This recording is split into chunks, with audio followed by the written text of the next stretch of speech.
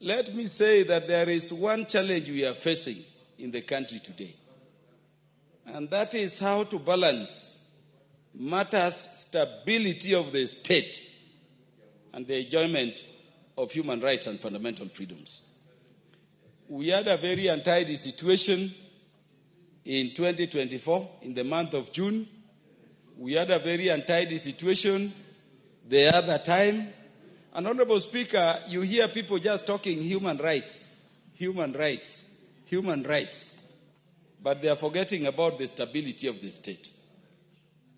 Let me caution, Honorable Speaker, that as we move through this approval hearing, we want these commissioners, if the House so resolves and they are later appointed, to have that careful balance. We cannot have a situation in which we lose the state. Honorable Speaker, I wanted to report here that in the month of June, in the year 2023, we went with Honorable Martin Owino to the EU Parliament in Brussels. And Honorable Martin will confirm to you there was a time I was to address stability and how Kenya can assist in keeping peace and security in the Horn of Africa. The delegation from Sudan stopped me midway on a point of order, saying I cannot talk about Sudan.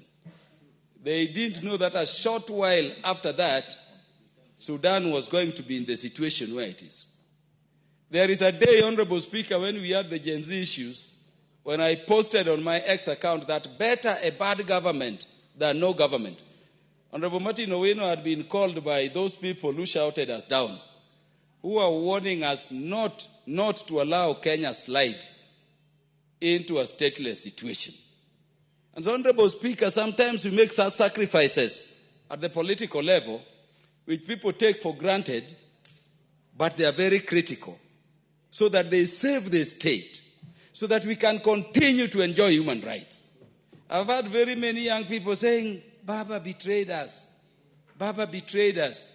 Honorable Speaker, if you go to June 24th, that thing started as reject finance bill.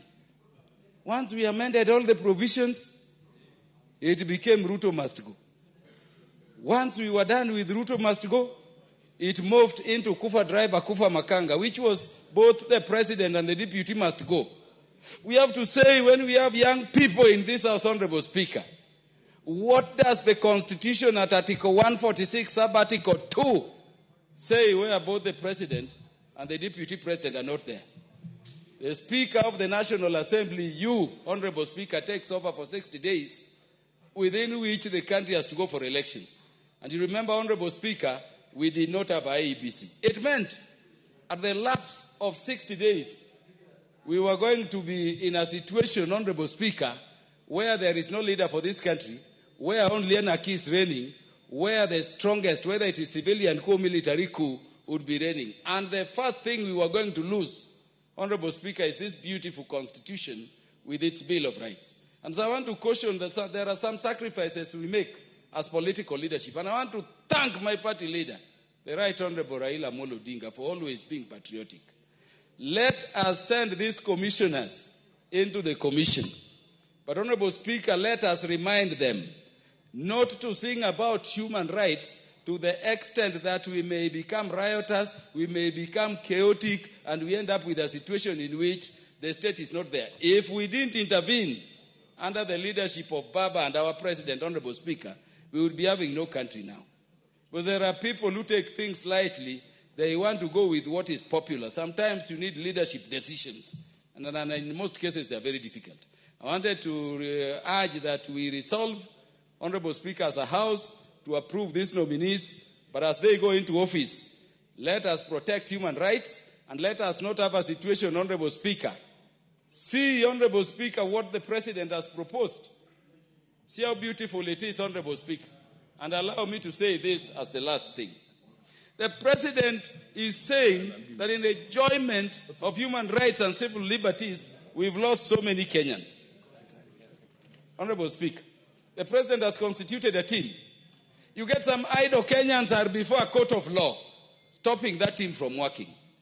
A police officer fired a warning shot somewhere, and you saw a very young, beautiful Kenyan girl being hit by a bullet while in her parents' sitting room. If you leave the parents of that girl to go to court for reparation, it will not succeed. Because, Honorable Speaker, as a lawyer, you know that parent will have to prove negligence on part of the police. And the police will simply say, I was shooting a warning shot, and it ends there. The case will not go anywhere. You'll have to prove this bullet came from the police. You'll have to prove there was negligence. There are cases the president is saying we need to heal as a nation. We want to go as back as possible. But you know, as a lawyer, the Limitation of Actions Act, the cases of 2017 cannot be accepted before any court of law. So we must know that when a leader, the head of state, and I wanted to ask those Kenyans who are politicking, to draw a line between President Ruto, the person, President Ruto, the head of state and symbol of national unity, President Ruto, the commander-in-chief of the defense forces, and the National Police Service is not part of the defense forces.